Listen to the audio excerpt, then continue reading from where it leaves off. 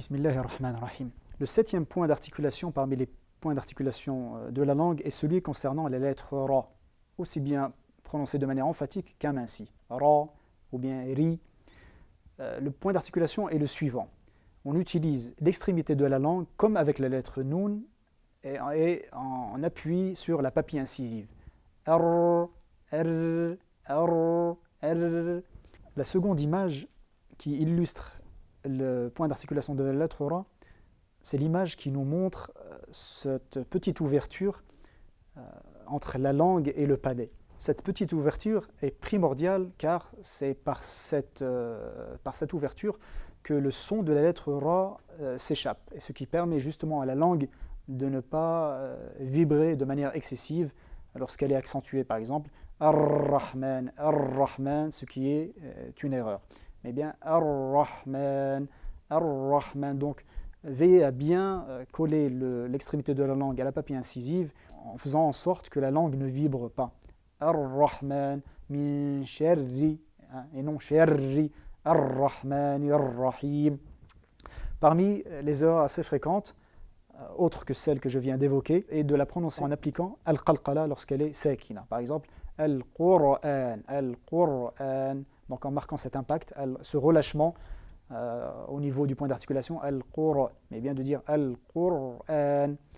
Le mot al-ard, al-ard, et non al-ar, al-ard, al-ard.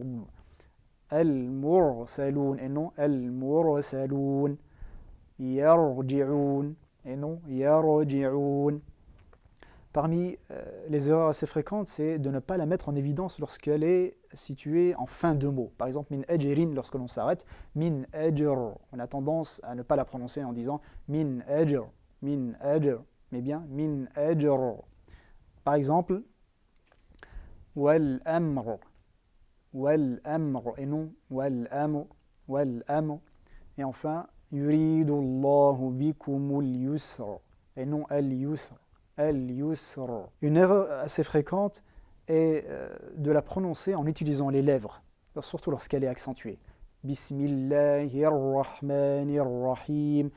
Les lèvres ne rentrent aucunement en ligne de compte ici, car la lettre ra n'a pas comme point d'articulation les lèvres. Donc, ar-Rahman, ar-Rahman. Seule l'extrémité de la langue fournit un effort ici, et les lèvres doivent rester à leur état normal. Ar-Rahman, ar-Rahim.